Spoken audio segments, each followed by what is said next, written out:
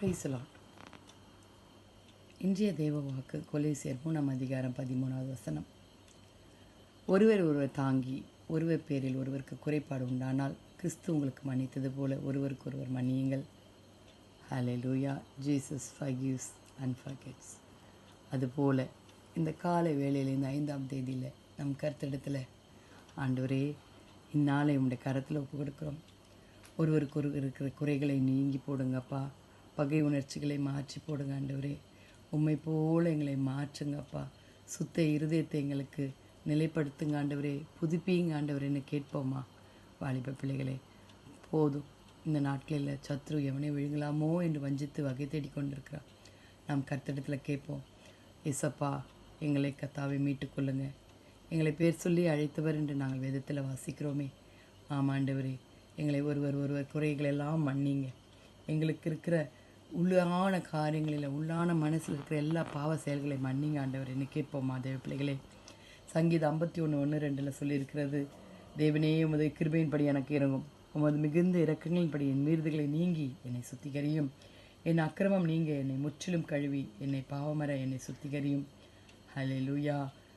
அதே 9வது வசனத்தில், என் பாவங்களை பாராதபடி நீர் என் முகத்தை மறைத்து என் அக்கிரமங்களாம் நீக்கியறலும். ஆம் தேவ பிள்ளைகளே, ஒருவருக்கொருவர் இருக்கிற அக்கிரங்கள், கோபங்கள், சாபங்கள், ஆண்டவர் வெறுப்புகள் எல்லாவற்றையும் மறப்போம். கணவன் மனைவிக்கு இருக்கிற கோபங்களை மறப்போம். ஆண்டவருடைய பிள்ளைகளாய் மாறுவோம். தேவ பிள்ளைகளே, ஆண்டவர் அதை தான் எதிர்பார்க்குறார். முடிந்தவரை அவரோடு சமாதானமாயிருங்க. ஆண்டவர் தான் சொல்லியிருக்கிறார், ஒரு கண்ணத்தை காண்பித்தால் மறு கண்ணத்தை காண்பி. ஆனால் நம்ம மனுஷீக சுபாவத்தில் நம் பகை உணர்ச்சிகள் அதிகமாகிக் கொண்டிருக்கிறது. ஆம் தேவ பிள்ளைகளே, கர்த்தர் நாளில் அடியாளுக்கு கொடுத்த இந்த வார்த்தை கர்த்தர் எனக்கும் கிருபையாய் ஒருவர் மன்னிக்க கிருபை தருவாராக. வாலிப பிள்ளைகளே, ஃப்ரெண்ட்ஸ் மத்தியில், குடும்பத்தில், அப்பா அம்மா கூட, கணவன் மனைவிக்கிடையே, படிக்கிற காரியங்களில், காலேஜ் காரியங்களில் வெறுப்பு இருக்கிறதா? வேண்டாம். ஆண்டவர்கிட்ட கேளுங்க. ஆண்டவரே, என்னை உள்ளால் இருக்கிற எல்லா கசப்புகளை மறக்க எனக்கு உதவி செய்யுங்கப்பா. முடிந்தவரை அவரோட சமாதானமாக இருக்க.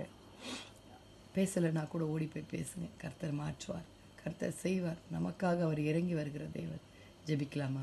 துதிகளின் மத்தியில் வாசமாக இருக்கிறங்க பரலோக தேவனே, அப்பா, இந்த ஜான்வரி 5ஆம் நாளுக்காக உண்மை ஸ்தோத்தரிக்கிறோம்.